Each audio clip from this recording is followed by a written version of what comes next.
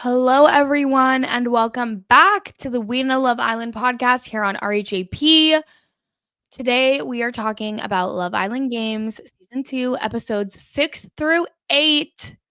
And that's on the We Know Love Island podcast feed and youtube.com/@RHAP. So come check us out on video if you haven't already.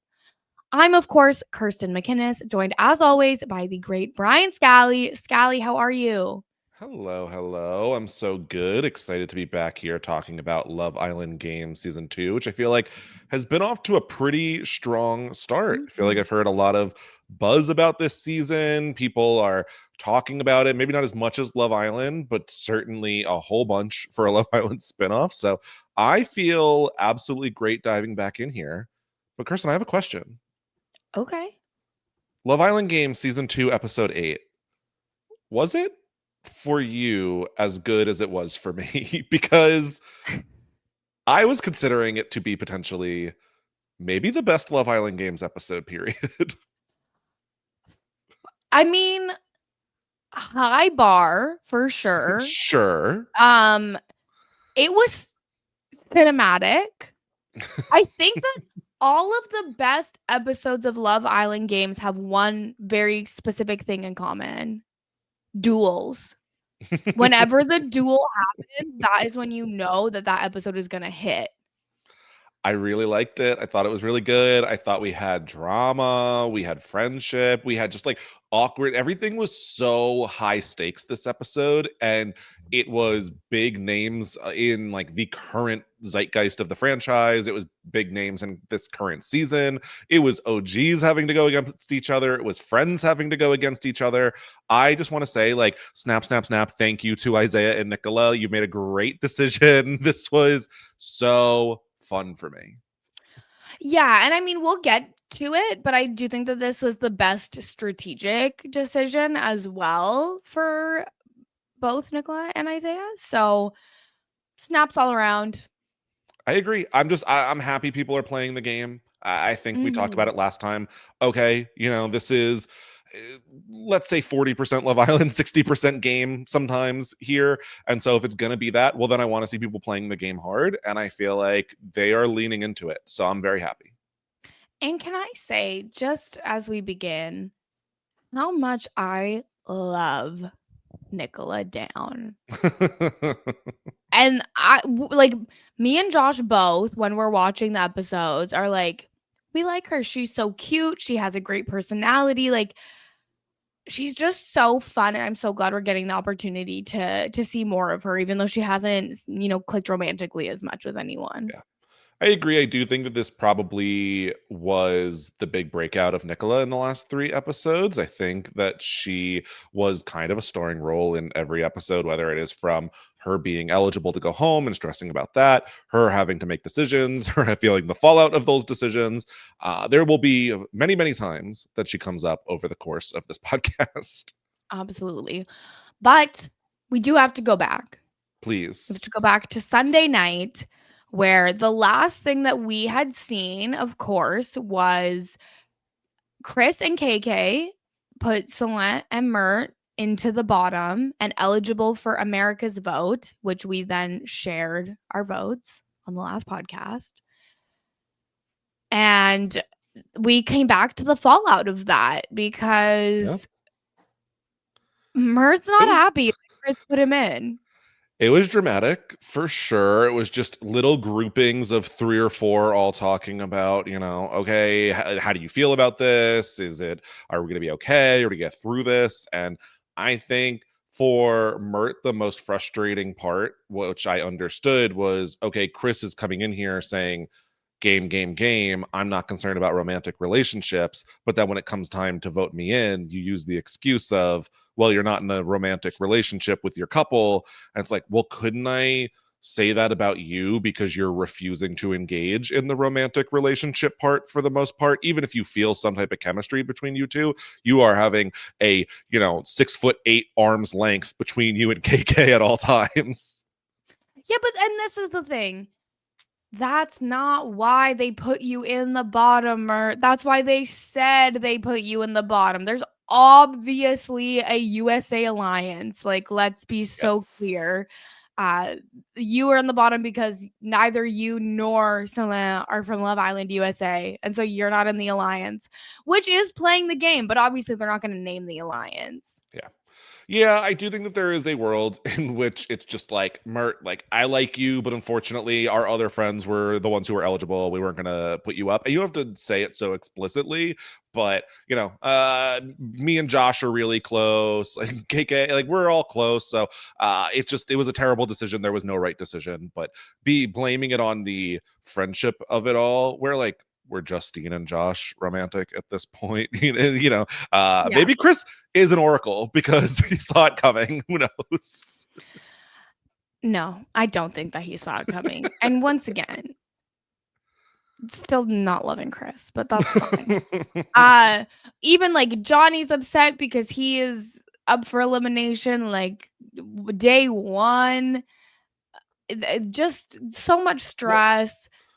That's what it is it's like Johnny came and the very next day he's up for elimination. Toby came, I think it's same day he's up for elimination. So it's like, I am now up for this public vote where, okay, for Johnny and Toby specifically, they've been on a lot of a Love Island game before this, but there's a large portion of the audience that probably doesn't really know much of them. And so it's hard to now know I'm facing the public vote when I've had maybe 3 conversations on this season aired. Yeah, exactly. They've no concept of how much they've been shown or how much people know about them. So it is stressful. Um, Lucinda is once again, oh, it just sucks. We did so poorly. No one will take us seriously. Like, everything's horrible for Lucinda. Like, the sky's always falling for her, except for in the one moment when it's not. Yeah, she is so up and down. And so I've actually really enjoyed watching her because it's never just okay for Lucinda. Like, it's the best day in the world in the villa and it's butterflies and rainbows and Mert is doing everything correctly. Or it's, I want to quit the season. I hate Mert. I hate this. Why did I sign up for this show? So Lucinda continues to be very funny. She's giving entertainment, so she can stay. Toby and Andrea have a conversation about how he is her first UK boy. And, Ooh. there are some similarities between UK and American English. Yeah, and she says she does say there are similarities between UK and English slang. And I was like, okay, strike one. It's like Ty used the word decorum recently. It's like She's never used it in a sentence, and Tyreek had to explain to her what it meant. It was seemingly from the thing. So I always like these silly moments. I think we're trying to recapture the magic of certain like super viral, silly mistakes that people will make on the show and being filmed basically 24/7. So I don't blame them. Not quite the high highs, but I did laugh. I mean, the thing is, they have to keep giving us all these moments, and one of them will be a high. We just Sure. haven't gotten there quite yet. But this is like Andrea is still interested in Josh, but is also really liking Toby and wouldn't be mad if there was a romantic connection there. Yeah, Liked how he communicated with her in the challenge. They're an interesting couple because I still don't feel like we have a definitive answer here. I think probably know where it's going, but Toby was really patient with Andrea in the challenge. We find out that she thinks he's really fun. He's cute. So Toby all of a sudden kind of coming in and giving Josh a little bit of a run. Listen, everyone's coming in and wants Andrea, so they had better at least give each other a run for their money. Exactly. That's the thing is I don't want to see Andrea just constantly stolen and being like, just get me back to Josh. Like I'm bored. Like don't. So at least as long as she's entertaining it, then I will be entertained. And this is big because in the last couple of episodes, Andrea had a moment where she said, like, I can't do all this exploring. Like, I just kind of pick one person and I'm into them. And we didn't talk about this last time, and I meant to, but like that to me, I'm like, boo, you're on Love Island. Like, I get it if you just like really like someone right away, but closing doors prematurely is boring. So I'm Yeah. glad that she kind of pivoted from that and is now a little bit more open. I understand that, like, when you end up on Love Island, how many people that are there are really going to be your type? Probably 0 to 2, but you often have seen couples end up in relationships even after the season with someone who maybe wasn't exactly the first person they coupled up with in the villa. So, like, stay open. Bombshells are coming in. You never know. Exactly. There's always more options. Josh and Justine connect on kind of more of a friendship level about how they're happy to be paired together because they'll be good in competitions. And Justine's literally like, yeah, if you're seeing Andrea romantically but coupled up with me, like that's a benefit to us. I actually really like this because I think it could introduce a new level of strategy to Love Island games, which I don't know if that's what Mhm. everyone is looking for, but like if we're gonna lean into this, like I'm going full in. And so I'm excited. Like, yeah, you know what? Actually do this. Like you also hook up with someone on the side to manipulate that team. I'll hook up over here to manipulate this team. And it's just this like weird semi-incestuous team group thing going on. Well, and I like it because it's strategic, but it's also so messy. And Yes. we love mess here at True. We Know Love Island. That is So true.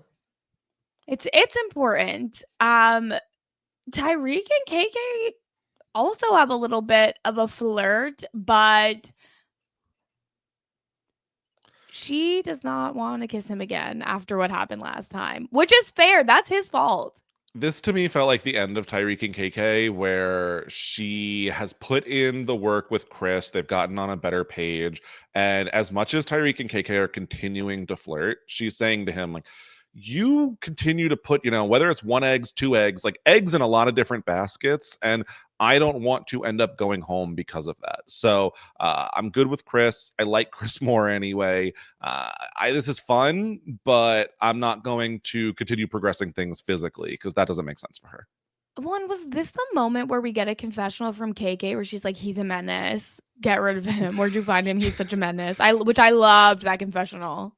It's true, people inside and outside of the villa do recognize it, but that's Tyreek's fun. Like right now, I haven't had like any real problem with anything he's done. Like I'm just enjoying the drama he's bringing. Yeah, he hasn't done anything evil. It's just been No. messy. So we can enjoy. If he starts treating people really poorly, then we can reevaluate because it seems that he has maybe done that a little bit in the past. But the new season, it's a new Tyreek. Can we talk about Lucinda and Mert? Please. Because we get to the next morning, and after the entire last 3 episodes of Lucinda talking about the princess treatment and Mert being like, oh, okay, Mert doesn't make breakfast for Lucinda. But to me, when Mert's breakfast is oatmeal, not getting breakfast is princess treatment from Mert. To me, personally. She's not happy because even like Josh and Toby are both bringing things to Andrea. Like it is a little bit messy. Lucinda's sitting there like starving by herself to the point where Yeah. he comes up to her and she's sitting with Solène and he is just like, Lucinda, Lucinda, Lucinda. And she's just staring straight ahead, completely icing him out. It's like when Hutta was unbothered after that date, you know? But it's really funny too because she's sitting up there starving and then she's like, oh, can I try? That looks really good. Can I try this to Andrea from what I think Toby's Yes. breakfast?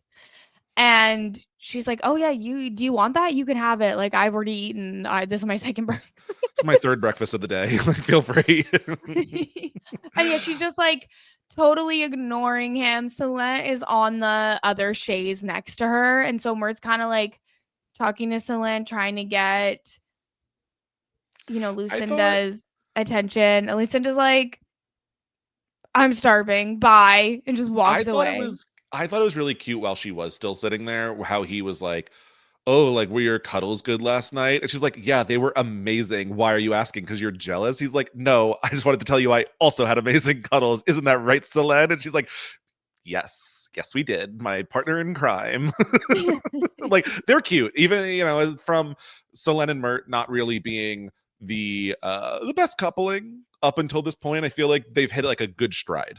No, it's so funny. And then Mert goes to Kendall, who is, I guess, Mert's bestie, and is talking about Yes. how Lucinda wants princess treatment, but is also complaining that Lucinda doesn't give him enough for him to want to give her princess treatment.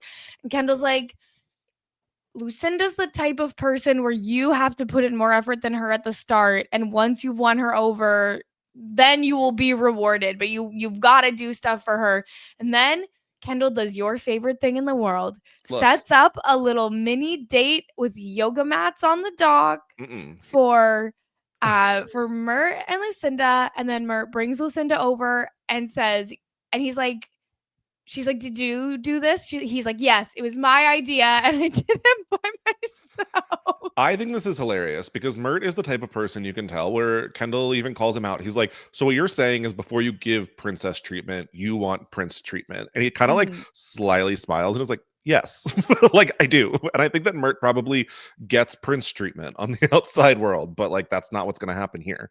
And so, but no, I just want to say to any women dating men, don't be giving anybody prince treatment if you're not getting princess treatment.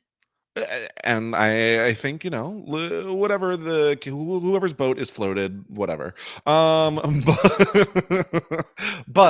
I do famously hate the very contrived dates. But that is when it's like, we're going to have an aerobics class led by Kendall, and he's going to be like actually the star of this thing, and we're not actually going to speak during it. And we're going to do like, I don't know, a fake flower arranging class with all the fake flowers we stole around the villa. Like, I don't care about that. Like, that's not interesting to me. But like a sit down on a yoga mat by the dock, I mean, it's just, we're going to have a conversation, but I made 2 seconds of effort before, so it doesn't detract anything from the conversation. So I don't hate this. I hate when it's a third person randomly involved and not funny. I mean, to be fair, a third person was randomly involved. Kendall wasn't there at the date, and Mert had the good sense to lie about Kendall being involved. You're right about that. You're right about that. We also see Johnny and Andrina are feeling good. Their feelings have gotten pretty intense pretty fast. Yeah, this is similar to, you know, KK with Tyreek. You know, Andrina says, like, last time you were here, you made out with every single person in the villa. So why do I not think you're going to do that again? Yeah, and this is where, you know, Johnny says, you know, I'm 27 now, which I'm like, no. So he's young. still grown up. But he has grown up a lot. He says he has a daughter now. He wants to do better for her. And when he came on Love Island before, he hadn't made, you know, the best realizations about himself, or, you know, hadn't grown as much. But now that he has a kid, it's time to lock in. And but also that dating hasn't shifted for him since having, like, it's like kind of interesting. He's like, I have to do better because I have a kid, but also dating hasn't changed for me because I have a kid. And it's Johnny's having to walk such a fine line of, I'm not the person I was before, but also just because I have a kid, I can still date. And I do feel for him in that. I feel like he did walk that line very well in this conversation. I agree. The last times we saw Johnny on TV, he was 22 the first time that we met Johnny, and 25 the last time, I think. So, like, there are some serious growing up years in those 5 years. So, regardless of what he was like then, I think, you know, is the potential there? Could I see Johnny being a future menace on this season? Like, maybe, but I would not leave like zero room for growth. Like, I would be unsurprised to get to the end of the season and see that Johnny is not exactly the same person. So I was glad, you know, we had also talked about his kid on the show because I wasn't sure if they would address, and so I was pretty happy with this. Yeah, they seem cute. They seem to really like each other. Which also makes sense since they have had encounters outside of the show as well. They kiss. Love to see it. All good.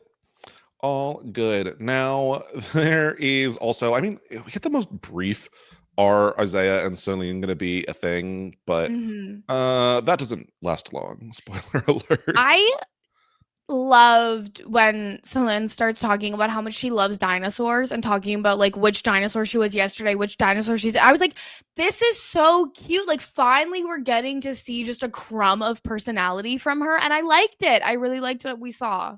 Yeah, I agree. She was super fun, and I feel bad that later she's going to think it's like her fault that they're leaving. When I just think that she wasn't able to show her personality in the short time that she had. So I was glad that we got at least one of these conversations where she was fun. 100%. Um, where should we go next? I feel like it's so hard when we have all these episodes to know what is Well, there's the also like a most lot important. of big moments. I think let's talk a little bit about the love square that I feel like is forming in square, pentagon. There's a lot There, of people involved here. it's hard because it's not necessarily a shape, but there's a lot of lines. We need Yeah. Delphika to make an alliance chart for this season. I would like to talk about uh, Tyreek and Justine. Yes. Tyreek is like, I gotta get out of the friendship couple I'm in. Like, what's going on with you? And Justine's like, yeah, like Tyreek and Chris, you two are my top. Josh and I are good in the game, but there's nothing romantic there. Yeah, Like, you've I got think that so many connections. it is that Tyreek competed with Lucinda in the most recent challenge and very quickly realized, though, when in the duel and it was life or death, she really turned it on against Andrina. Like, once it is, oh, we're competing in a slime challenge, like, it wasn't good. She didn't care as much as everyone else. And so he's hitting the eject button as fast as he can. He sees Justine. He's like, you're the strongest person in this villa. I would like to partner up with you. Also, you're really hot, so I'm down. Like, how about it? And she's like, well, maybe. And then in confessionals, like, Tyreek is moving crazy. I don't really know if that's worth it. I think that for Justine, she came in as she talks about a little bit, and romantically, she's looking at like maybe Tyreek, maybe Chris. One of those options kind of gets taken off the table for her here at some point. But with Yeah. Tyreek, it's like I would assume she's heard, at least about his most his last season, if not watched it. And it was not the Tyreek like highlight reel to say the least Yeah. watching the season. So I could understand being like, I need to suss you out in person. I saw like, before I even got in here, you're talking to Andrina, you're talking to this girl, you're talking to KK, you're talking to that girl. Like, yeah, Yeah. you want to feel him out and make sure it's not just an impulse move away from Lucinda and I'm just who happens to be here. 100%. We also then get into the evening time and get some conversations. Nicola and Garby have a conversation that I think is important to queue up about how, you know, Nicola was sad when Isaiah said he wasn't interested in her romantically, and she feels left out because all of the guys seem to have really liked their girl from the beginning, and nobody is really liking her romantically. Feeling like something's wrong with her. Just really touching. Yeah, it was good. I really liked Garby here being a shoulder for her to cry on, but also more like picking her up out of this rut. Like, when you, as Nicola says, she goes into the mirror and she's like, you're beautiful and you're strong. And then she goes downstairs and everyone ignores her. And like, it's hard to keep that going. And so I'm glad that Garby is like giving her the pep talk. You have no idea who's going to come in next. Like, stop thinking like this. This is a like breakout couple episodes from Nicola. I think that it Mhm. makes a lot of sense that some of the audience has really glommed onto her, that I think the editors have started to glom onto her when she finally is having a little bit of an upswing. Yeah, absolutely. Love her. I think she's so fun. Yeah, especially when she is like super sad she is not in the top of the votes for America, but when, fast forward she does get saved, she's like, "Oh my god, like screw the boys, I'm on top of the world. Like if I'm not recoupling with the boys, I'm recoupling with America," which I might advise against, but we're, like just in a Nicola upswing and I am happy to track where that goes for the rest of the season. Yes, 100%. We'll be on Nicola watch. Uh okay, we have to talk about Toby and Andrea have another conversation. Here's the thing. I do fear that Andrea is very dumb. I don't think she knows some things. I think she's probably has her fields of expertise. And I would And like to see her talk about them. I would like to see her talk about them because Toby's talking to her about how like people come to London and they're so excited to see Big Ben or the London Eye and they think it's so amazing and he's just like see that all the time. Like these dumb idiots don't even realize which it's just a clock. is a funny statement on its own, because I think when I was probably like 12, I was like, yeah, like I'm from New York. Like this is like I see these things all the time, but it's like, all right, Toby, like you're kind of an adult. Like understand why they're excited. Right. And then Andrea's like, well, but isn't Big Ben like the eighth wonder? And it's like, there's not, baby girl, there's not. It's very famously the seven wonders. Yeah. I don't know if she was like saying that like it just missed the list or what, And but then she's like, well, if it's not the eighth wonder, it should be like the Eiffel Tower. And Toby's like, that's not a wonder either. no, no. And What then is the like seven modern wonders of the world? yeah, Are any of them on there? it's the seven wonders of the world, and then it's I think the seven modern marvels, perhaps. Okay. Is it a No, it's just Marvel? it's still wonders. It's just the seven Okay. modern wonders. Do either of these make the cut? Because I don't think so. Maybe the Eiffel No, Tower? do you know any of the seven modern wonders that you would like to guess? No. Like, could I? Maybe, but I I think do not you need my Andrea moment. I think you could guess it. I'll give you a hint. One of them is visible from outer space. Oh, so the Great Wall of China? There you go. That's modern, though. See, that's confusing. This is on the Wikipedia page for the new seven wonders of the world. Okay. I don't know when the year cutoff is. So that is The a problem. original wonders of the world were the pyramids of Giza, the statue of Zeus Okay. at Olympia, the lighthouse of Alexandria, Sure. the Colossus, the Hanging Gardens of Babylon. Sure. That Regardless, not the Eiffel Tower. It sounds no, that's the other thing too. Like the Eiffel Tower is like way more modern of construction than you even think it is. oh Like yeah. I've had like the Eiffel Tower is from 1889. Like it's Yeah. much newer than you maybe would think it is. There you go. Regardless, as much as there might not be a whole lot of intellectual conversation going on here, there is some chemistry, Yes. so maybe no like physics or biology, but chemistry is present with these two. There's talk of, if this was High School Musical, could I be Troy and you be Gabriella? And then they make out. And that won me back over because Okay. I kind of got the ick a little bit with the Big Ben Eiffel Tower part, but then when they're excited over High School Musical and they kiss, I'm like, okay, yeah, I'm back on board. Yeah. Andrea had been talking a little bit about how she likes Josh, but sometimes it's like so serious where Toby's the like fun guy. They could just joke, they can have a good time. And it almost felt like Andrea was getting pulled a little bit away from Josh. And Mhm. I was surprised when Chris does become a part of that conversation, but fails to relay that information to Josh and instead is like, yeah, I think Andrea really likes you. Yeah, I'll admit I was confused.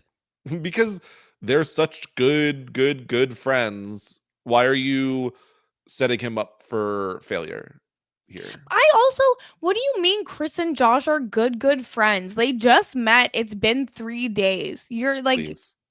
calm down. It has not stopped, I would say, the entirety of the villa crying over each other every single episode. So these friendships form strongly, I don't know. quickly and strongly.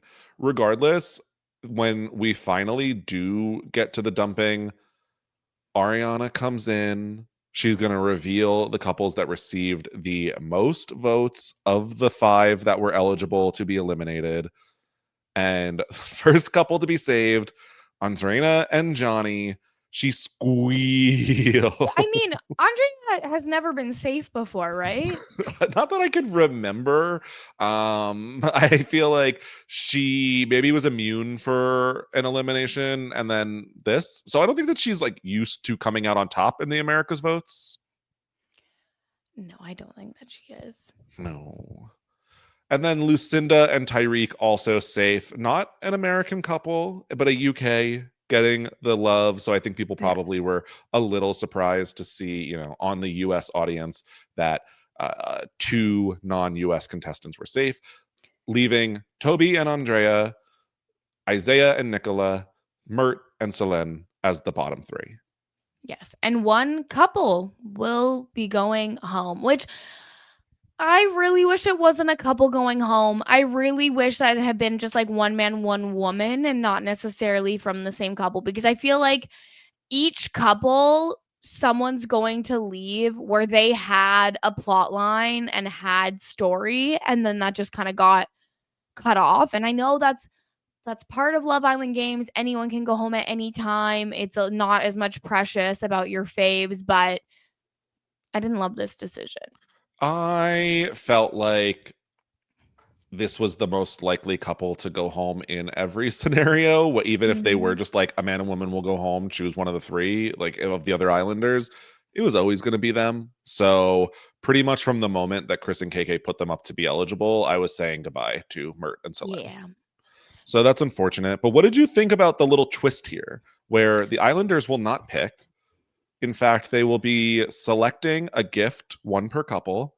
And in said gift, one of them includes the black heart, which says dumped on it, auto dumping the couple who selects it. I hate it. I literally like there's just I don't like it. Yep. And basically everyone picked the gift, and then basically if all three agreed, they would open the boxes, and whoever got the heart that did not say safe would be dumped. But if they could not all agree to open the boxes, then it would just go based on America's vote. I think it was majority rules. So whatever one had 2 out of 1 was going to come out on top. But here we immediately have Mert being like, I say leave it up to America. And I was like, Mert, what are you doing? And so that kind of dragged the suspense out of it for me when the person who should be really fighting against this decision is the one who's most on board. Yeah, and I think that, Mert has played Love Island 2 times before, and he has never not been in the finale. True. So I think in Mert's brain, he's like, public vote, I've got this. The people love me. Like, just leave it up to America. But of course, his previous seasons were not voted on by America. America doesn't really know him like that. Yeah. So we do see that Andrea and Toby do want to open the boxes. They want to leave it up to fate. I think Andrea is not super confident in her fan base from Love Island. I don't think that she had the most positive experience last time. Toby, obviously, a much bigger name in the Love Island community, but had only just arrived. So I think I understand why they were so concerned, but this also felt like a mistake for them. Yeah, out of anyone, like, if you have an American in your couple, you have a better chance of being safe versus just a random box. But the only ones that wanted to open the box were Toby and Andrea, because That's true. Isaiah and Nicola say if America doesn't like us now, then they're not going to like us in a week. So we might as well find out now how they feel. Let's just get the results. Is that true? Is No. it very typical of Love Island for the voting public to stay super consistent and never change their opinions? No, but I did No. like that philosophy from Nicola, being like, whatever, just I want to know how they feel about me. It's fine. And so if they had opened the boxes, Isaiah and Nicola would have gone home. I But they know. did not. So I could have lost Isaiah, but I did not want to lose Nicola at this point. I don't think that it really would have affected a ton of the storyline, unfortunately, in the villa, but I find her endearing, so I wasn't really looking to get rid of her. I would rather hold on to her for a little bit. Yeah, I like her. And I just think if you open the boxes and then you find out that America doesn't like you, but you're still on the show, like that is so Devo. Yeah, Like, that's uh, true. I'm glad that they stayed. But as we have alluded to, Mert and Solan are going home with the least votes. So Len specifically is like, it's because of me. They didn't like me because I think she, like Mert, is like, well, of course they love Mert. Everyone loves Mert.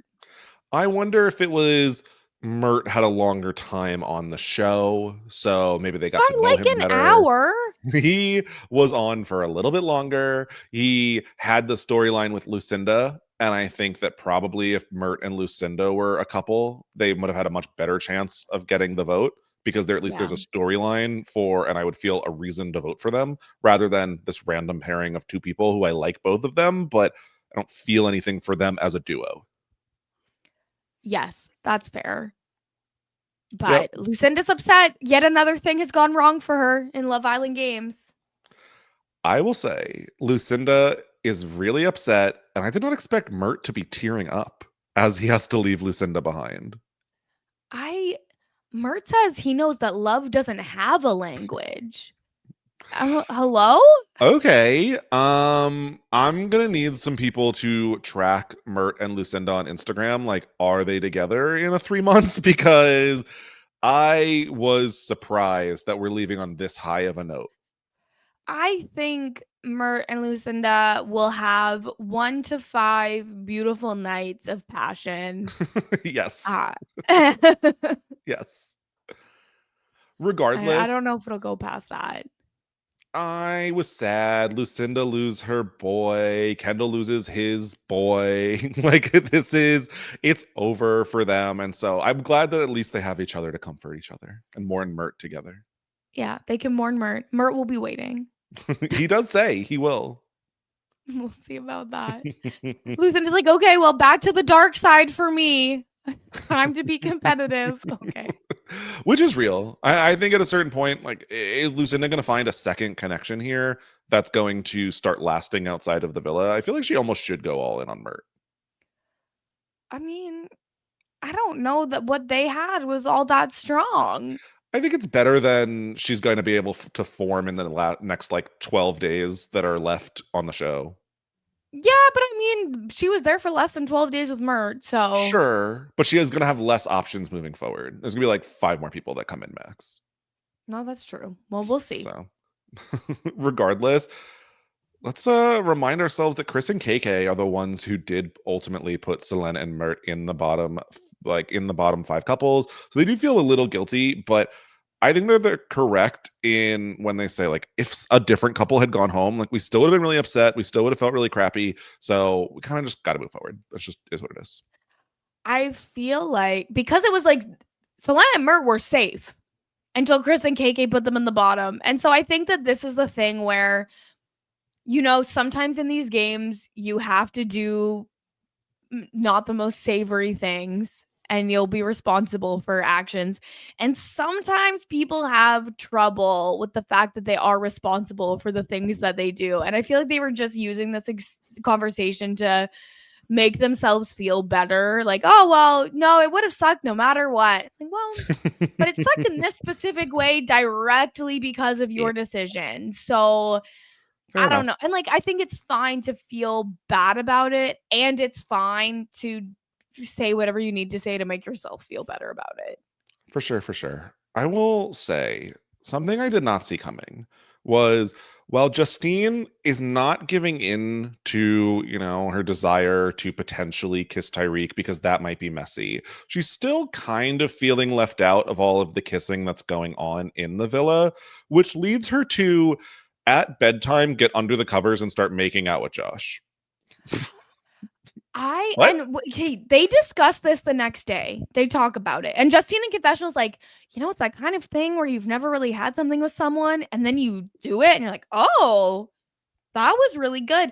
And they're talking about like they were spooning in the bed. Yep. And then he's like, oh, you were rubbing on me. And she's like, no, you were rubbing on me. Like, okay, Justine, what? Do you like this couple? I don't not like it. I It, think for they're kind of cute. I feel like Josh is more fun with Justine than he in this one conversation than he's been with Andrea the entire time. I Josh is more fun with Justine in this one conversation than he has ever been on any of his cumulative appearances on Love Island and any other show. Yeah, I think that's probably fair.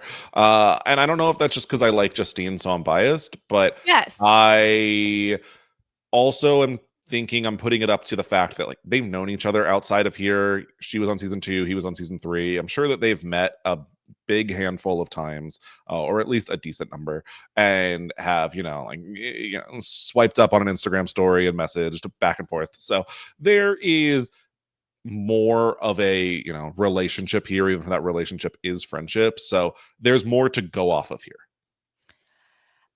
And sometimes the strongest romances start from a place of friendship. I'm kind of Mm. shipping them a little bit, low key. Interesting. I feel like this is a little detour for both of them. I don't think this is really going to be where it ends up. I like them in that I also think it's a really good competitive team for Oh, yeah. themselves. So I think that this could be a winning combination for them competitively. I think romantically, if they were to pursue this further, it would be something that would be like a fun couple hookups in the villa, but I would not see this actually going anywhere after the season. Not to say that I can really see Justine and Tyreek going anywhere either. Yeah. Justine always ends up in couples from these shows with just like not her man, you know? And Josh is someone who has demonstrably shown that he can commit. And so I like the idea of Justine with someone who can commit. Yeah, Josh is not my favorite, so I don't necessarily want them together. Not forever, but Maybe. like for a little bit. Is he bad? I, Wait, is there something bad about him that I'm forgetting? Do we not I like him? he's not my favorite, but I would say for Josh, I see Andrea being probably where he's going to end up. Yeah, you're probably right. I don't like Yeah. that as much. That's not as much fun for me personally. I mean, if Andrea is not being constantly stolen from him at every juncture and also targeted to potentially go home.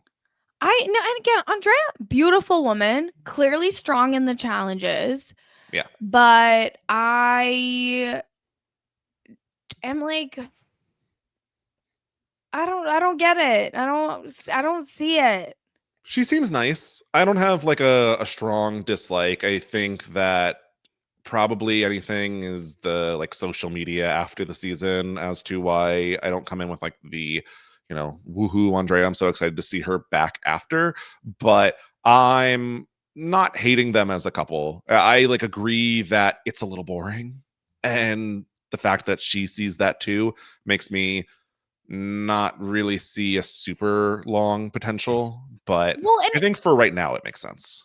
it's also so tough because when you are so used to kind of toxic situations, then when you end up in a good one that just feels safe, you can be like, this is boring. And it takes actually like a lot of work and healing to realize, like, oh, it actually shouldn't be an emotional roller coaster every day. Like, this is good that it's, calm, but we don't really get to see that play out too much on reality TV. Yeah. Where when Tyreek and Justine do then end up talking again, this to me you see like more innate chemistry. And I don't know if that's just like Tyreek and Justine both being really big flirts, but I, it works here. I mean, and they both just give more TV also, That's true. so like we're biased towards them. I like when like Justine takes her shoes off to go into Soul Ties and he's like, no, I can't take my shoes off, and they're like joking about, oh, what's wrong with his feet. It's just cute. I agree. I think they're cute. I feel like this pentagon is still very much open between like Hmm. Justine and Tyreek and Andrea and Josh and Toby. And I'm glad we didn't lose any of them because to me, it feels unfinished. Yeah, and it feels like the more entertaining plot point. Agreed. Where we have other couples like Kendall and Garby who have like a cute breakfast date in Soul Ties. Yeah, there's some cute conversation, and I love them, but I don't really have a lot to comment on Kendall and Garby from this batch. Yeah, unfortunately, they didn't really get any big moments or just weren't part of the major plot, which is probably good for their longevity in this game. I agree in general. I would say they do stand out in one of the challenges, which we will Yes, talk they about. do, and we will get there. But otherwise, I feel like not much else. The only other thing I really have before that challenge, honestly, is Nicola and Chris, where there's a little bit of chemistry here. Do you believe it between Nicola and Chris? I believe Nicola has a crush on a 6'8" man. Okay. Understandable. I I think that Chris likes her as a friend. Like Okay. I feel like when they hugged when he left, I was like it looks like kind of pity from him, unfortunately. I did. I mean, I did see a good number of people who felt like Chris was maybe keeping Nicola as a backup.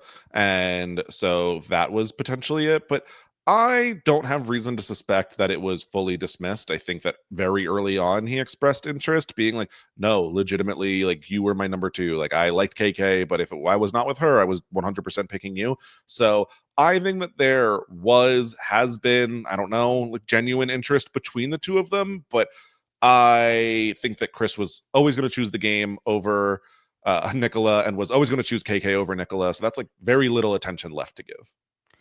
Yeah, and I think that it's so easy for like your number 2 to then just become your close friend in a Yeah, situation exactly. like this. So I felt like it was friendship vibes, and I felt bad because when he walked away, Nicholas so excited, and she's like fist pumping, like, "Yes, I have an in, like I have a shot." And then, well, she didn't have a shot. Yeah. Can we talk about the Hearts on Fire / Gone in a Heartbeat challenge that we had this We week? we literally have to. Can we talk about how thankfully they got rid of the puppy dog costume? I'm Ugh, assuming because they please. listened to our podcast. Second of There was a all, bull, but they sure. did, yes, they did replace it with Lucinda was a bull. She had a tail and horns. And I feel like it's less bad in that, well, like, especially because like with the puppy dog, Iris was like licking her paw and like really doing dog like motions. So at least this was a little better. why is like a cat or a tiger okay, but a puppy is horrible? I don't know, but that's where society has brought us. Now, who did have good costumes out of this challenge for you? Okay. I loved the Isaiah Nicola clown and bunny situation. I think that Nicola was supposed to be like a balloon rabbit, Interesting. like a Okay. sexy balloon rabbit. Yeah, I just wrote down leather bunny. I wasn't exactly sure, but these two really went for it. I was not expecting it. It's to the point where Isaiah gave Andrina a hickey. I was like, I think, yeah, that is going to get your heart spiking because it's like, I don't really want this. Like, It's I have to deal fear. with this. I have to deal with this for the next couple days on national television. It's who gives a hickey? It's 2025. You're all grown. Yeah. Yeah. So regardless, I think they do well. Nicola like making Chris motorboat her was really funny. She adjusted her breasts as she walked up to him and then just like brought him down into the cleavage, and it was like, can he breathe? Is he safe in there? I did like their costumes. I don't really know what the clown and leather bunny have to do with each other. So I did That's why like I when think it was a people balloon animal, because a clown would make a balloon mm, animal. that makes a ton more sense. You're so smart. I have my moments. Okay. um I I would like to I thought that Kendall and Garby as doctors were also iconic. I thought really funny. I often think that the funny approach works pretty well here, where if you can get people just hysterically laughing, I don't know. I guess I'm not a doctor like Kendall and Garby are, but I would think that would raise your heart rate and like get you moving quite a bit. So when they're like, "Ooh, doctor, I see an ear infection," and then both licking Lucinda's ears like nonstop, I was laughing quite a bit. When Kendall goes, broken tailbone, let's put this back in position, and just starts humping, I just about fell off my couch. Like, they were so funny, and I thought it was the exact right approach for them to take, and I was like, they won, like, it's over. Yeah, I did think this was a good move because I don't think Kendall is throwing around, three girls at a time in the way that some other people were. So I think this is a very solid approach. Absolutely. Speaking about throwing girls around, Chris was just like picking them up and putting them down. Yep. Just like, okay, and you're up and you're up. And then he brings three girls to the middle and just runs out of time. Like, oh, well, oops. Can't really be too shocked that when I would say a good minute and a half of your minute and 45 seconds is just transporting bodies that you lost the challenge. It's KK said he was playing dolls, which made it really hard. It was good. I think overall, though, pretty decent performances here. I liked that this was still primarily a striptease and or like a tease rather than I feel like last season was just like I don't know, this could be on Pornography. TV. Like I'm not a prude on my Love Island, but what was that? But what this challenge really did prove was that Huda carried Chris in the heart rate challenge. Let's be clear. That's a good point. That's a good point. I do have one last thing to point out, and even Ian Sterling points it out. What was Andrea? I could not begin to tell you because Toby is a ringmaster, and he keeps being like, "It's the greatest show! It's the greatest show!" And was she an acrobat? I'm wondering, like, did she have like an elephant's trunk that she refused to wear? And if she did, thank you. Thank you. No elephants in the circus. Thank you, Andrea.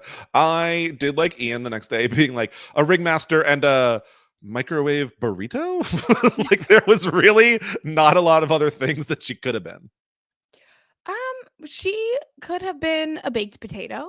Fair. She could Same have. vibe. Yeah, she could have been a hat. Okay. A tinfoil hat. Tinfoil hat. I like it. She could have been like one of those blankets they give you in an emergency. Oh, a fire blanket. Okay, fair enough. Fair enough. I don't know why they wouldn't give that costume to go with the fireman though. Nope. But fireman classic pairing with a schoolgirl. Gotta have your fireman with your sexy schoolgirls. Yeah, it's just God, it's a lot.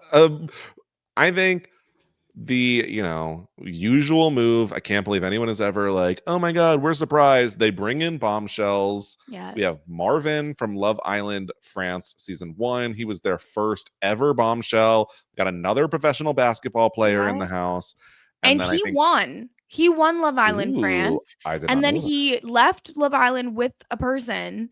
And left that person to go be on Too Hot to Handle season 2, where he was with Melinda. Oh, as soon as they said Marvin, I was like, I know Marvin. And then he was like, I was on Love Island France. And I was like, I don't know Marvin. No, you do know Marvin. You do know Marvin. Oh. Yeah, he's here for the money. He's not lying. Okay, well, Marvin is here. I remember Marvin. So that's good to know. And then someone that I guess people will be equally as familiar, maybe Love Island fans more familiar with, is Sydney, who was on Love Island USA season 4. They didn't even credit her for being a bombshell on Love Island Australia, which I do believe she did. She did. Sydney for a long time was like the one of very few Love Island contestants that I was following. Like I only unfollowed Sydney actually really recently. And I've gotta say, she be using filters. on her pictures because she does not Wow. look the same. Not to say that she doesn't look beautiful. She looks beautiful. She's a beautiful girl, but like the filters she uses should be illegal actually because I Interesting. think like I don't know. It's Regardless, crazy. I think Sydney looks great with the blonde hair, bleached eyebrows. I was like, all right, like model Sydney. All right. Literally model Sydney. I had seen her most recently with like a purple hair and like pink Yeah. hair, which was really fun. But the blonde looks great. So now we've seen her on Love Island as a blonde and a redhead. So Yep. we just need her to be a brunette for the full trifecta. I could definitely see that happening at some point. And she says she's not here necessarily to get Isaiah back, even though she does say hi. There's like a little bit of like maybe it could happen again. I guess she's here mostly to get your follow on Instagram back, but I guess otherwise, so. she's like, Kirsten, don't forget about me. Um, Hello. I'm happy to see Sydney. I like Sydney.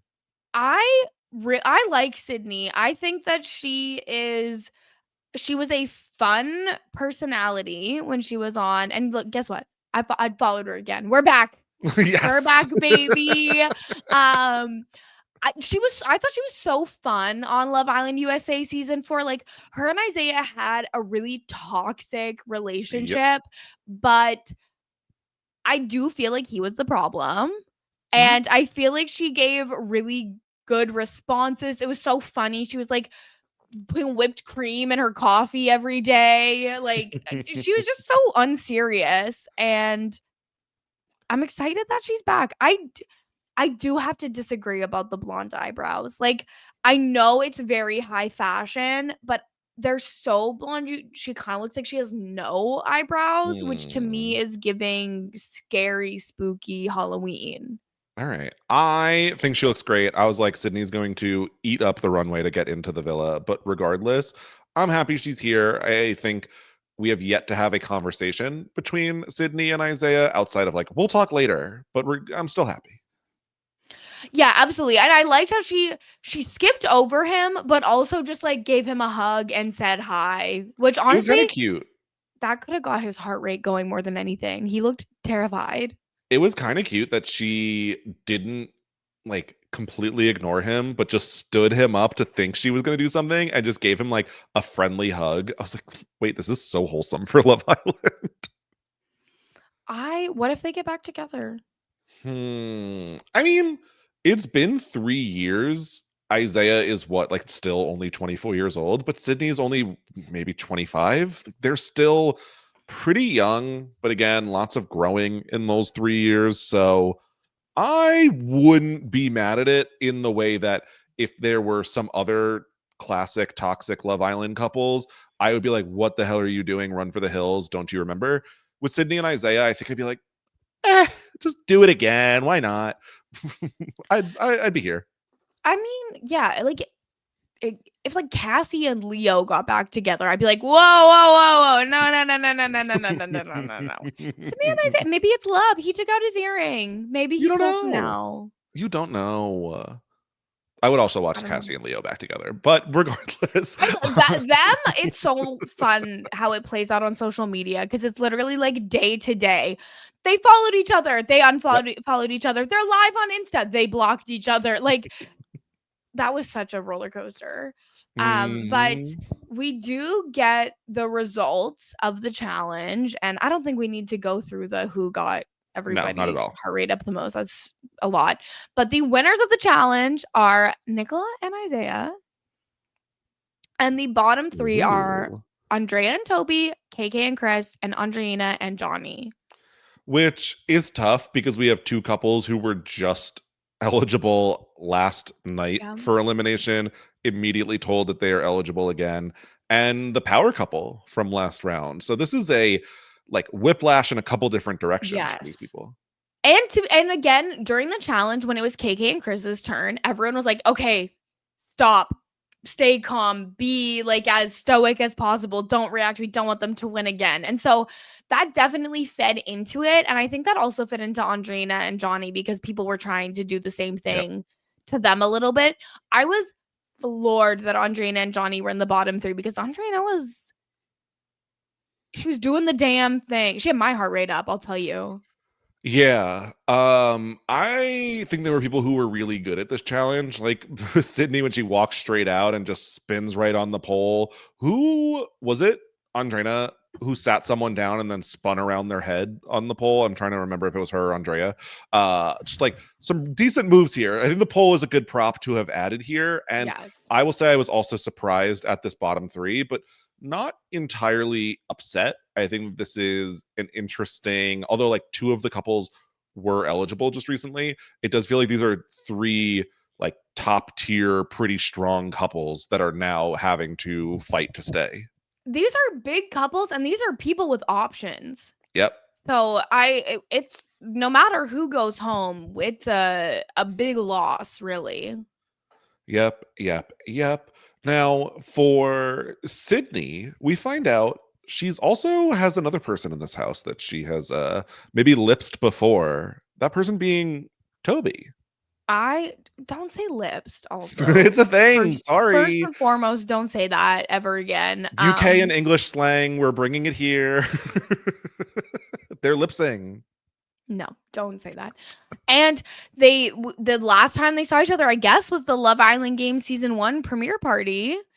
Yes. And Sydney's like, "Oh yeah, I guess we did have a like." He's like, "Oh, you were wearing a different lip gloss. You had that spicy lip gloss." And she's like, "Oh yeah, I guess we did have a little kiss." Like, what? Yeah. I'm sure that I took even 0.5 seconds to be like, oh yes, Love Island was games was pre-recorded last season. So that makes sense as to how that happened for Toby, who was on the season. But Yes. to find out that these two random Love Island contestants, who are both like decently big names in my head, have previously hooked up off the show is just like, I'm glad we got the lore. And so I'm Yes. interested to see if this could become something because I think that, they have been fun in other relationships, but I would not be mad at watching a Toby Sydney coupling. It could be toxic. It could be, but at the same time, it feels like Sydney's very much here for the game. And I think that coming in halfway through a season, that's probably a good strategy where she says, like, I'm intelligent, I'm wise, I'll slither around. I don't know any of these girls personally. I'll kick them in the shins to win. Like, okay, Sydney. I was unfamiliar with I her Love Island games potential. I do love, when someone tells you they're intelligent and wise, that normally is a good sign that they are intelligent. It is true. Wise. Look, it's Uh, better than a lot of the other things that we've seen, so I'm giving it a at least a shot with Sydney. we'll give her a chance. We'll, She can we'll give prove her to a us. chance. We'll see if anyone's kicking any shins in Exactly. this season. Nicola and Isaiah get to go to the Hideaway because they are the power couple, which hilarious when a couple that is not romantically together goes to the Hideaway. Love it. Yeah, and like you'd think at least they're gonna get to go, they'll have fun, they'll get to sit in the hot tub and just hang out. I don't know, let them watch a movie or something. They're not doing anything else. But no, instead, they find out this is not going to be a fun hideaway trip. They have to decide of the bottom three couples, they have to pick two men and two women to fight in the next duels that are happening the following day to figure out who gets eliminated, which causes lots of fighting between Nicola and Isaiah. Yeah, they really struggle with agreeing on who should go in. Um, Isaiah wants to get rid of either Chris or Johnny, but Nicola doesn't love the idea of Chris or Johnny being against each other. Like, she would rather either of them be against uh Against Toby, Toby. yes. Toby. Yeah, But my brain, there's so many names, and then I was like, wait, it's a lot of names. there's two T names. Who's with who right now? Um, my brain is pretty fried, so my apologies on that one. And they do really go back and forth. They're regretting their decisions, but ultimately they lock it in. It's hard because you have like knowing that Nicola has not a ton of prospects in the villa, and one of the like maybe prospects is Chris, and Isaiah is friends with Chris, but knows he can never beat him in the end if he doesn't Yeah. take shots at him now. So I understand where this conflict came from. It doesn't really benefit Nicola all that much, where she's kind of thinking in the back of her head, if KK goes home, I'm supposedly Chris's number 2. I might get this big, strong partner that I'm romantically interested in, but Isaiah's not going to be able to do that. So I was happy for everyone putting their foot down here. I liked it. And that's the thing too, where like Isaiah and Nicola are friends, but they can fight with each other a little bit more because they don't have more of a relationship that they're building. Yep. And I think that they're both, Isaiah's playing self-interested. I think Nicola makes the most self-interested move that she claims was to make it a fair fight. But regardless, the results are the same, which is lots and lots and lots of drama when they return. 100%. And so in the regular villa, they wake up in the morning and Chris is the first one outside and he sees the boxing ring just in the backyard. And he's like, everybody, the boxing ring is here. Like, this is scary.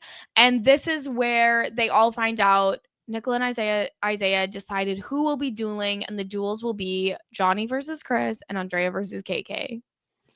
Some big names going into the duels. Mm-hmm. It feels like Toby and Andrina probably the lesser competitors out of the 6 people here. Andrina has the size on some of them, so it would be interesting to see how she might have done here, but she lost to someone decently smaller than her the last time she had to. So these feel like 4 really big names, 4 very involved people all of a sudden forced into an elimination. The villa does not take it well. Everyone's mad. It's such an icy return from the Hideaway when they walk in and basically no one claps, no one says anything. Only Kendall is like, Nicola, come hang out with us. Yeah, it's everybody's like not one person is happy. And like even I feel like Andrina is like happy she's not in it, but also isn't even fully welcoming to like, to me, if I'm Andrina and I just got saved from a duel, I'm like, Nicola, welcome back, my best friend. Thank you. I don't know if it's just that like the general vibe is so down that they feel uncomfortable doing so, but it's like a funeral. Like everyone, the only funeral I've ever seen that everyone's in bikinis, but it is just like the vibes are terrible in here. Even as Nicola comes over, like KK stands up and walks away. Chris is like, yeah, whatever. Like I don't want to talk. Like, and there are a decent number of refusals of conversations that happen here. Yeah, everyone is just kind of ignoring Isaiah and Nicola. It's icy. It's not great. What did you think of the Nicola and KK attempted conversation? It's I can see both sides of this, right? Okay. Like I totally understand KK not wanting to talk to Nicola right now. Absolutely. Like you just got put in the duel by this person. You thought you were friends and you got kind of betrayed. And I also understand Nicola being like, well, I had to make this decision. It's a game. And I just want everyone to know that nothing was personal and to like still be included in the villa because that already took a while to begin with. And then at the same time, again, when KK's like, well, you're the power couple, you're not a victim. Yep. It's still like I just feel like I can really see the emotion on all sides. And I think everyone's emotions are valid in this circumstance. Yeah. I like Nicola and I feel for her in terms of if she's not being included like in the more general vibe of the villa, if she's not having, any romantic reciprocation in the villa, that all sucks. But in terms of people being upset with her for a game decision, like I don't really feel that bad. And so where she's like, I would never treat anyone like that, and I would never speak to how I was spoken to. From what we saw, KK did not speak to her crazy by any means. Yeah. It was, 100%. I don't want to have a conversation right now. Like, I'm actually like, can you please leave? And so 100% respectful. And so where KK says, like, you're not the victim. I'm sorry. I don't feel bad for you here. I was fully on KK's side in all of that, Yes. while still understanding Nicola's had a hard time. But like, I think you gotta, know that it is not your turn to cry right now, essentially.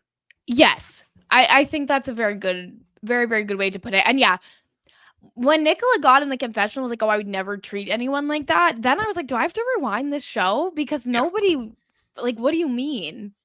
Yeah, I was like, is there anything we didn't see? Or is it just like, I don't know what it could be. But for me, I don't agree. I don't think that KK was out of line at all in asking to not have a conversation in this very second. Like, Yeah. and if anyone had gone to KK and been like, I want to talk, and she's like, I want to be ready for the duel, like, I don't want to talk to you, random person who still Yeah. did nothing to me, valid, that's fine. Well, yeah, exactly. No one owes anybody Yep. conversation at a time that is not good for them, right? Yep. So everyone is just giving pep talks. Uh, KK and Andre are crying while they get ready for the duel. Nicola's just kind of like lurking in the hallway because she doesn't really want to go into the get ready room. And Justine comes over to kind of console her. And the way Justine is like, she's like, it's gonna feel like this the whole time. So Yep. like let's just do it. Let's just get through it. Andrina hugs her, and this is where Nicola says, yeah, Andrina, I didn't put you in because you've already had such a hard time that I didn't want you to have more of a hard time. I'm like, well, I was I felt bad because I feel like I saw a decent number of people at least being like, "Oh, this is sad. Like, friends have to go against each other. Yeah, is Love Island gonna make me cry?" And I was like, "Yes, there is drama on Love Island. People are fighting. Like, people are yeah. playing the game." For me, that's why I really thought this is a top tier episode of Love Island games. Eh, Everyone is playing self interested, whether that is the true motivation or not. So I think this is like moving us in a very good direction for the show. Yes, absolutely. Like, I do not wanna watch Best Friend Island. I Nope. wanna watch Love Island Games. Yep. So, let's have the mess, let's have the drama. I love it. So, it is duel time. Ariana comes in and she's literally like, "Yep, y'all are not happy to see me, but I am happy to see you." Did she get one day off? I'm trying to think if she was in the middle episode this week, but otherwise, she is on her constant schedule. She's here Yes. again. She's going to host the duels. Ariana does not stop working. She is one of the hardest working women in entertainment these days. I'm so serious right now. It's true. And so we find out that this elimination, this duel, is going to be in the arena, where the Mhm. arena is split up into 4 zones. There is a weighted training bag that will drop into the center of the 4 zones, in which the two players will have to rush into the arena, have 45 seconds to drag the training bag, or sack as they call it, into one of their zones. And whoever has more of the training bag in their zone at the end of 45 seconds wins the round. It's a very Yes. physical game. Extremely physical. You know I love it when they physically fight, so I was all in. Yeah. Yeah, And how we did have you feel about it? I felt great. I feel like we had two really good matchups. Mhm.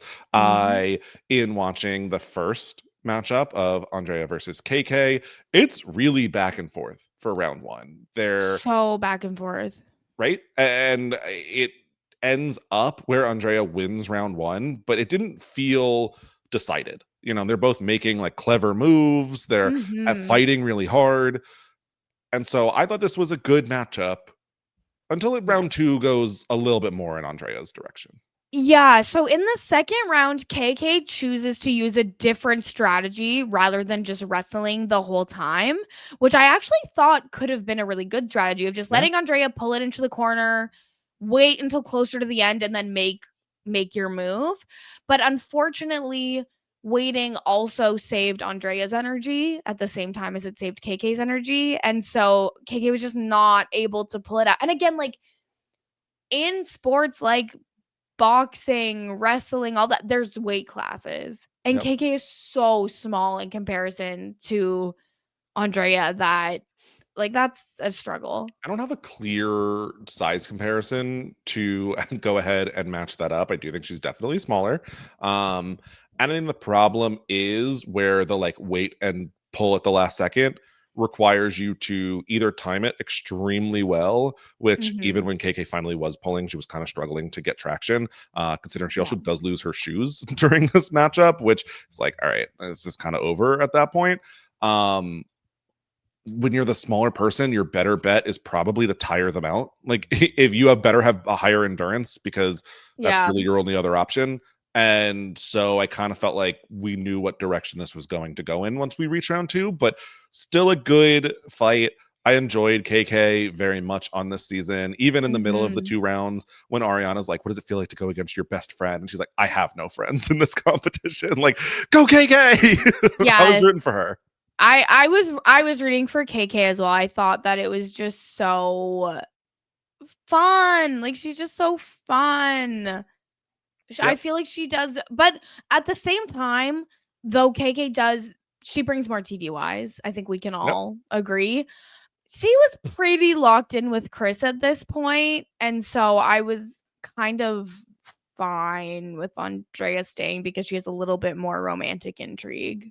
For me, just anything that was going to mix it up was acceptable. And so I would have rather KK stayed, Mhm. but because I think that either one of them going probably would have mixed things up in the villa. But I got a good, reacquaintance with KK. I like her a lot this season. And so I'm glad to see her in a situation where she's, not in her same toxic relationship that she was in Yes. last time. But, maybe we see KK again. I would love to. I really Could be like great. KK. Now, Johnny versus Chris, what'd you think? Okay.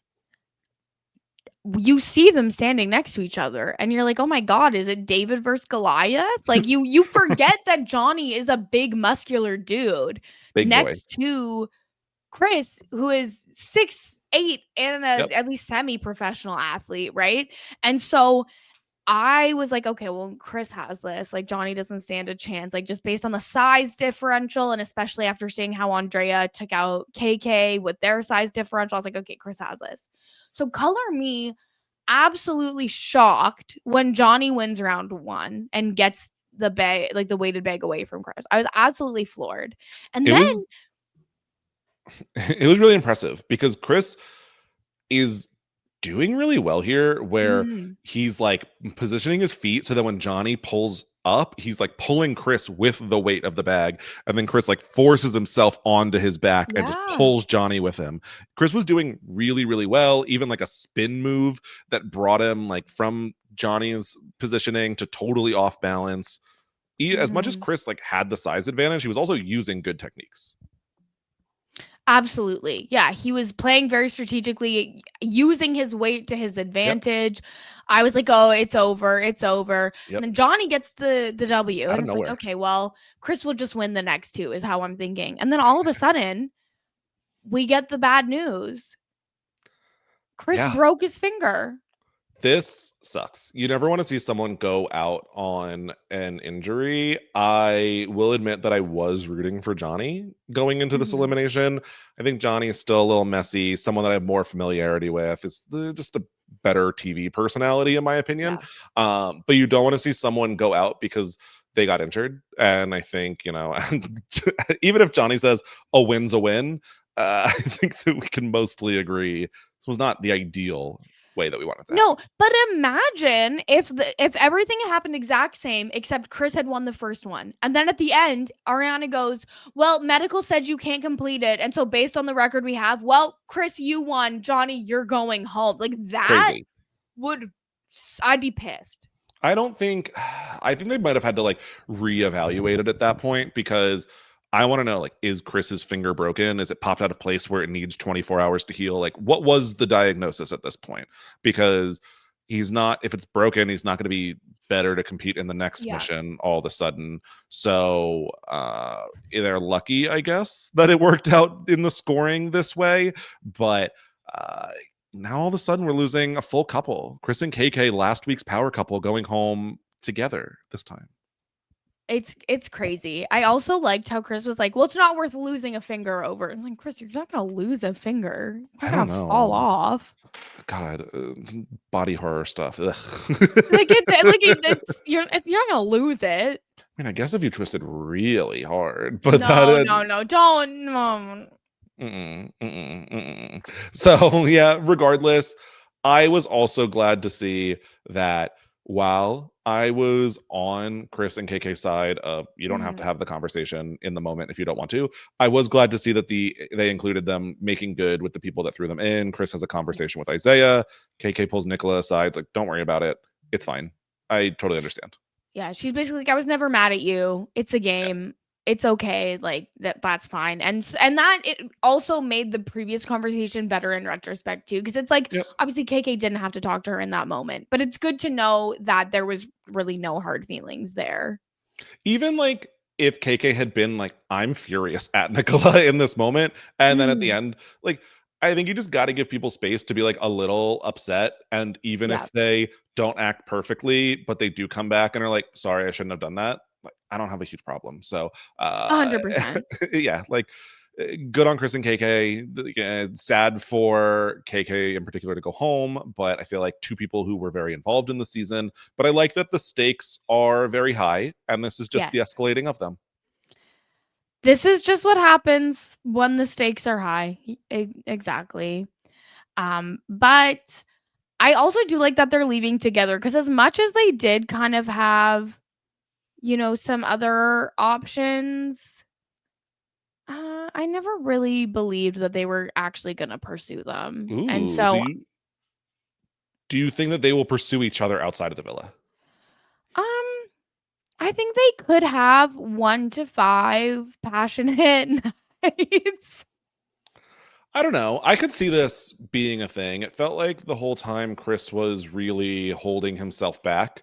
And so it's Mhm. not that I never believed that there was chemistry, and then Chris was just like playing it along in order to advance in the game. And that was what he was saying. I do think that there is some level of chemistry here. Mhm. I don't know that it was explored enough for me to say that there's going to be a real shot on the outside. I don't remember exactly where they live. Chris is going to be overseas in a week or two playing ball, probably. Yeah, So no, that man will be everywhere except playing ball. Let's be so clear. when he appears on Love Island Australia, probably filming soon, that it seems No, likely. stop. Are you going to watch it that you were upset? But uh, I, I could see a KK and Chris relationship that spans to St. Patrick's Day. And, between now and St. Patrick's Day, they'll have 1 to 5 There passionate you go. nights. Probably I I don't see the long term, but it also I've seen less likely couples that end up happening before. So easy. it's it's entirely possible. I agree. I agree. Otherwise, I feel like we I are hitting we the did end it. of. Are we like almost halfway through on Love Island games? It I feels like I think we're approximately halfway through Love Island games based on the 3-week time frame. So we'll be back at the end of this week to break down the Thursday, Friday episodes. Then we'll be back next week for Sunday, Monday, Tuesday, the following Friday. I think good chance that the finale will be Sunday, October 5th. I do think that's very possible. So I would love if they could give us any confirmation since that's Mhm. not that far away. But Yep. overall, halfway through Love Island games, two thumbs up for me. I'm having a great time. Agreed. This is phenomenal. I love when shows are silly and fun and I can tee hee hee and I can get emotionally invested. And I feel like I've gotten all of that with the season of Love Island games so far. I really like that it's live and that we're getting things a little bit more organically versus an edited, like we don't have to be reading into Sure. the edit of anything. Which couple would you say you're the most emotionally invested in at this point? Kendall and Garby. Good answer. That was the correct answer on the board. I do think we could stand to see them a little more, but Mhm. I think that there are still some couples developing, whether that Yes. be the like Andrina and Johnny, like who will see what Justine and Tyreek become. But I am not looking at this season as like, oh, no one's going to end up dating after it. As much as we're halfway through and it doesn't feel like there's a solid base for any of these couples, I could see something coming out of here. And I am also extremely interested to see what's going to happen with the Sydney and Isaiah of it all now that I she's agree. back. And to have her come in when her ex who cheated on her is literally dressed as a clown is just so perfect. That's not something that I clocked, but that is a very, very good point. Yeah. So I don't know. I feel like we could still go in so many directions. It doesn't feel like there's any one set path for the season. So we'll just have to see what happens next. That we will. Now, Kirsten, when we are not here talking about the next batch of Love Island games, where do people find you?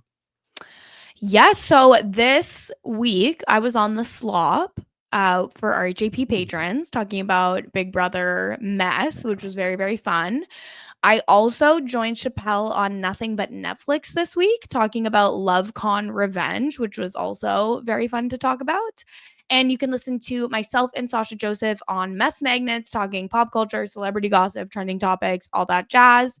And you can follow me everywhere at Kirsten Said What, including twitch.tv/Kirsten Said What. Scally, what about you? All right. You can find me over on the Free Agents podcast talking about the challenge with Matt Lagori and soon to be the Amazing Race Big Brother edition, squeezing all the juice out of both of those shows. So feel free to jump over there to the Free Agents podcast. And otherwise, I'm on Twitter, Brian_Scally, Blue Sky, Brian Scally, and Twitch, twitch.tv/BScally. Amazing. And speaking of Matt Lagori, I did forget that my episode of Diary Room with me and Braden White dropped today. So we recorded it so long ago. It's hard to put together, but I can't have Matt yelling at me that I forgot it. No, I am very excited to listen myself. Yes, and you can show us your appreciation for the We Know Love Island podcast by giving us 5-star ratings and reviews on your podcatcher of choice. It really means a lot to us. I gotta say, haven't gotten very many 5-star reviews lately, and I'm getting itchy. So if someone could just go in there and figure that out for us, that would be wonderful. Once again, 5 stars only. But with that being said, we have finished the week 2 part 1 of Love Island Game Season 2. We'll be back on Friday night to discuss the rest of this week. Thank you so much for listening. See you next time. Bye. This is RHAP. We know reality TV.